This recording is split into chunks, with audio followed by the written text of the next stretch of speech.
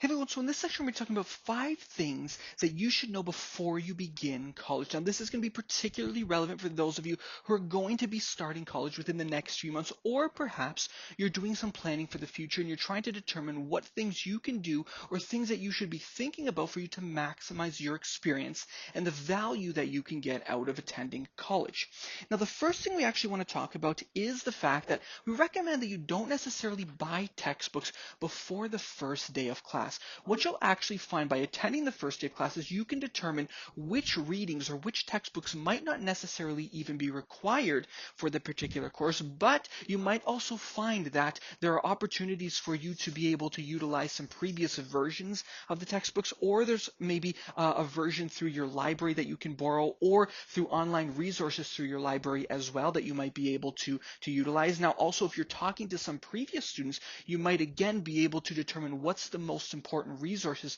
for you to use within that particular course. A lot of students who are very new to college life and who are entering for the first time will buy all of their textbooks for all of their classes before the first day of class, which can be a huge mistake because, again, you don't necessarily know which ones are going to be required versus recommended. And another thing is you might not even know if you're going to actually be switching the course or dropping the course. Maybe it's a lot different than what you initially thought it was going to be, and you won't know this until you actually attend class for the first time. So these are things that we typically recommend that you think about before you're going to be starting classes. Now, the caveat to this is there's going to be some courses that maybe they're required, or maybe you know for sure you're going to be taking them, that are going to require either some type of textbook, some type of resources, or maybe some type of material, maybe even a lab coat before you actually even begin courses. In those situations, then maybe you want to be buying those resources before you actually begin. But again, you want to evaluate each of the courses you're taking and determine what things you should be buying beforehand versus waiting to determine whether or not that's something you're going to need. Now, the next thing we want to talk about is college doesn't actually need to be 4 years. Now, a lot of people who go into college assume that it's going to be a commitment that's going to take them 4 years to get through. Now, in a lot of cases, this is going to be true for many students. This is particularly true if students are going to be following the traditional semester path. However, there are tons of opportunities for students to either accelerate or decelerate their particular learning path depending on their specific needs. A lot of students don't necessarily look at other opportunities, like summer school is a great example, which, by the way, is going to be the third point that we're going to be touching on a little bit more in detail, but also taking things like CLEP exams, which might give you some credit for courses that you might not necessarily need to take at the college level, or even doing some internships where you can get some credit for that, or even just accelerating the course load you do in some semesters so you can finish a little bit earlier. Now, the benefit here is that A, you can get into the job market a little bit quicker, but B, you might also free yourself up for things like internships at a later date, or you might even be able to take on some other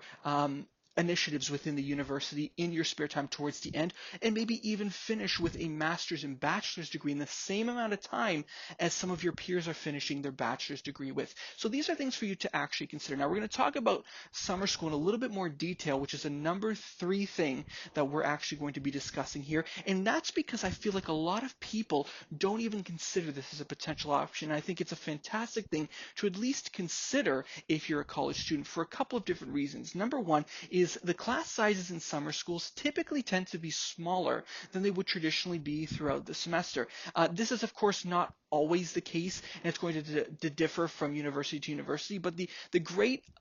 opportunities that exist here, particularly if the class sizes are smaller, is that you get more one-on-one interaction with the instructor, but also with some of your peers as well. The other great thing is the fact that semesters in summer school tend to be condensed, so you can get courses done in a fairly short period of time. Now, this is amazing because of the fact that not only can you get a couple of different courses done in a fairly short period of time, but in a lot of cases, these courses are taught at night, so you're able to also balance some of the other commitments that you might have. Maybe you're working part-time, maybe you're doing an internship during the summer as well, and so this gives you the opportunity to kind of accelerate, so free yourself up for the upcoming semester, or to still take a full course load and be able to finish a little bit earlier than you otherwise would have been able to.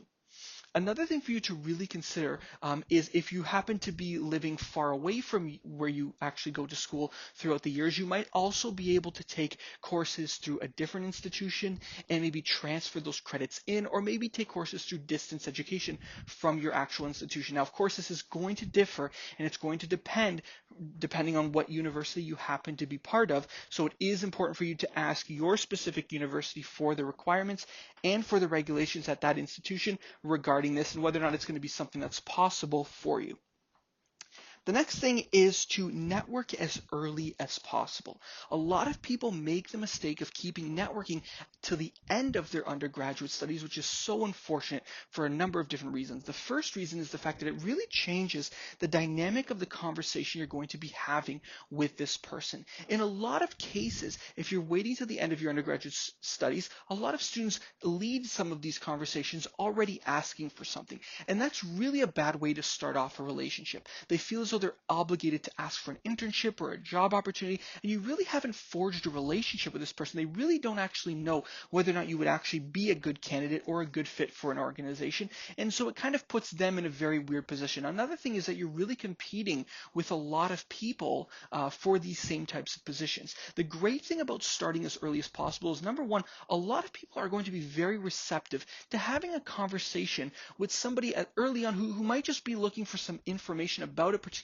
industry to determine whether or not it's something that's right for them, or to maybe learn about some of their pathways to how they got to the particular position that they're in, and just to generally determine whether or not it's something that's right for them. It also gives them an opportunity to kind of get to know you over a period of time. So when it comes time for you to look for a job or to be in an internship position, you might have these people who might not only vouch for you, not only provide you with some opportunities, but maybe even connect you with some people who can benefit you in that way as well. So it gives you a lot of opportunities to build these strong relationships, these strong connections, and to also determine whether or not it's something that is going to be well suited for you in the future. Now, this goes hand in hand with the last point that we're going to talk about, is don't wait until you graduate to look for a position in the field that you're interested in. Now, a lot of people will assume that you absolutely need to have your undergraduate degree and then you look for a job. So it's very much segmented. You get your degree, then you look for a job. Now this makes sense intuitively, but what a lot of people overlook is the fact that many potential employers and many organizations are constantly on the lookout for high potential talent in the future. And so perhaps you're still too early in your undergraduate career to be able to gain some experience or some of these positions, but being able to build up some of these relationships and being able to get to know some of these potential employers and some of the things that you should actually focus on for you to be as competitive as possible for some of these positions will put you in a much better position later on for when you're going to be applying to these. But in some cases, they might be looking for someone who's entry level, and they might be looking at a candidate like you might be in your third year or your fourth year, and you're close to graduating, but you haven't officially graduated yet. But because they already know you, because they've already established that relationship, and they already know what skills you have and can bring to the table, they might be willing to actually overlook this and offer you a position, maybe even work with you to allow you to finish up your degree while you're working there, or to work on a part-time basis or an internship basis, or maybe if you were to be able to finish a little bit earlier than anticipated, you can actually start there, on a full-time basis right away. But they might be willing to overlook some of the more traditional aspects if those relationships have already been formed, and if you happen to be targeting some of the exact skills that they happen to be looking for. And the only way you're going to know this is by forging these relationships, getting an understanding of what exactly is going to be needed for that specific position in that specific industry. So these are things that you should really consider, particularly if you're looking to get into a highly competitive field. Now, of course, the caveat to this is if you're looking for a position that's highly regulated or requires a specific degree to be able to perform that position, then of course this doesn't necessarily apply to you. However, there still might be some opportunities for you to maybe work as an intern or as an assistant, or not necessarily do that position, but to do some auxiliary positions that will get your foot in the door in that industry, so that potentially you can work your way into the position that you're actually interested in over a period of time. So hopefully this provided you with a great introduction. Of course, these are just a few things that you should keep in mind as well. Of course, we could have extended this list well beyond 5, but we wanted to keep this fairly brief. I'd love to hear some of the things that you think should be important to you or have been important to you if you've already gone through the process as well. I'd love to hear your comments, questions, concerns in the comment section below. As always, thank you so much for listening to this. If you appreciate it, please make sure to subscribe and to like. And as always, we'll see you in the next one.